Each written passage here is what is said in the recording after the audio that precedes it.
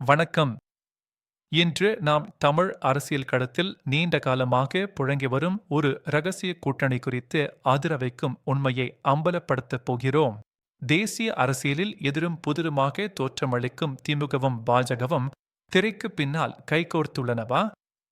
அப்படியொரு கேள்வி எழக் காரணம், சமீபத்தில் வெளியாகி பெரும் அதிர்வலைகளை ஏற்படுத்திய பராசக்தி திரைப்படம். திமுக மாநில அரசால் தயாரிக்கப்பட்ட இத்திரைப்படம் மத்திய அரசின் நேரடி கட்டுப்பாட்டில் உள்ள மத்திய திரைப்படச் சான்றிதழ் வாரியத்திடமிருந்து கடுமையான விமர்சனங்களையும் அரசுக்கு எதிரான நேரடி தாக்குதல்களையும் கொண்டிருந்த போதும் எப்படி சிக்கல்கள் இன்றி வெளியீட்டுச் சான்றிதழ் பெற்றது? இந்த நிகழ்வு பல ரகசிய கணக்குகளை வெளிச்சத்திற்கு கொண்டு வந்துள்ளது.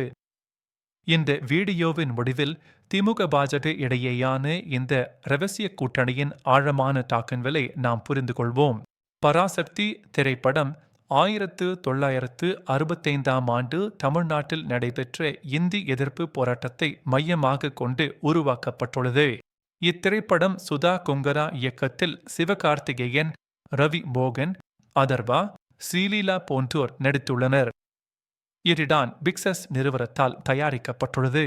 இந்தி எதிர்ப்பு போராட்டம் குறிப்பாக 1960களில் தமிழ்நாட்டில் நடந்த மொழிப்போர் மற்றும் அதன் விளைவாக ஏற்பட்ட அரசியல் மாற்றங்கள் குறித்து இத்திரைப்படம் விவாதிக்கிறது. இப்படத்தின் நாயகன் செழியன் தனது தாய்மொழியின் மீதான பற்றுடன் கல்லூரி மாணவர் அமைப்பை முன்னின்று நடத்தும் ஒரு தீவிர போராளியாக சித்தரிக்கப்படுகிறார். இத்திரைப்படம் வெளிவருவதற்கு முன்பே பெரும் அரசியல் விவாதங்களை கிளப்பியது. திமுகவின் தயாரிப்பு நிறுவனமான ரெட் ஜெயண்ட் மூவிஸ் தமிழக வெளியீட்டு உரிமையை கைப்பற்றியது. இது நேரடியாக திமுகவின் மாநில அரசுடன் தொடர்புள்ள ஒரு திரைப்படம் என்ற பிம்பத்தை உருவாக்கியது. பொதுவாக மத்திய அரசுக்கு எதிராகவோ அல்லது விமர்சனங்களை முன்வைக்கும் திரைப்படங்களுக்கு சென்சார் சான்றிதழ் பெறுவதில் பல சிக்கல்கள் ஏற்படும் என்பது அனைவரும் அறிந்ததே. 1952ஆம் ஆண்டு வெளியான பராசக்தி திரைப்படமே கருணாநிதி வசனம் எழுதியதால் சென்சார் காரணமாக பல பிரச்சனைகளை சந்தித்தது. ஆனால் 2026ஆம் ஆண்டு வெளியான பராசக்தி திரைப்படத்திற்கு மத்திய திரைப்படச் சான்றிதழ் வாரியம் UA சான்றிதழ் வழங்கியது. இது பல கேள்விகளை எழுப்பியது. இத்திரைப்படத்திற்கு சென்சார் சான்றிதழ் வழங்குவதில் தாமதம் ஏற்பட்டது. மேலும் படத்தில் பல முக்கிய காட்சிகள் மற்றும் வசனங்களை நீக்க சென்சார் போர்டு பரிந்துரைத்தது. குறிப்பாக, நான் கொண்டு வந்ததை யாராவது மாற்ற நினைத்தால் மக்கள் வெகுண்டெழுவார்கள் என்ற அண்ணாவின் வரலாற்று முக்கியத்துவம் வாய்ந்த வசனம் நீக்கப்பட்டது. மேலும் தீ பரவட்டும் என்ற வசனத்தை நீதி பரவட்டும் என்று மாற்ற அறிவுறுத்தப்பட்டது. மொத்தம் 25 இடங்களில் வசனங்களை மியூட் செய்தும் காட்சிகளை கட் செய்தும் UA சான்றிதழ் வழங்கப்பட்டது. இந்த வெட்டுக்கள் இருந்த போதிலும் இந்தி திணிப்பு எதிர்ப்பு போராட்டத்தின் தீவிரத்தன்மையையும் மத்திய அரசின் அடக்குமுறைகளையும் பற்றிய காட்சிகள் முழுமையாக நீக்கப்படவில்லை. இந்தி எதிர்ப்பு என்பது வெறுமனே உணர்வு சார்ந்த ஒன்று மட்டுமல்லாமல், இந்தி படித்தால்தான் வேலைவாய்ப்பு என்னும் ஆதிக்கம், இளைஞர்களின் வேலைவாய்ப்பை தட்டிப்பறிக்கும் வர்க்க பிரச்சினை என்பதையும் இத்திரைப்படம் அழுத்தமாக சித்தரிக்கிறது.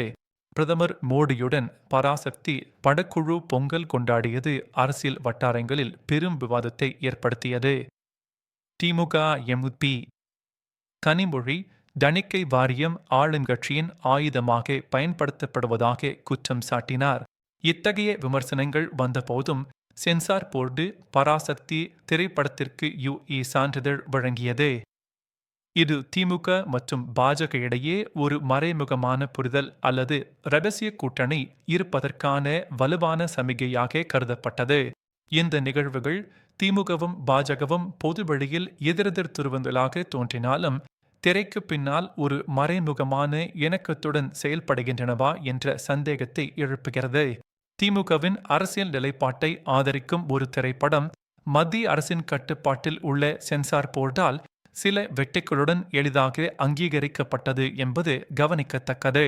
குறிப்பாக பாஜகவின் தேசியவாத கொள்கைகளுக்கு எதிராக உள்ள இந்தி எதிர்ப்பு தொடர்பான உள்ளடக்கங்களை கொண்டிருந்த போதும் படத்திற்கு சிக்கலின்றி சான்றிதழ் வழங்கப்பட்டது.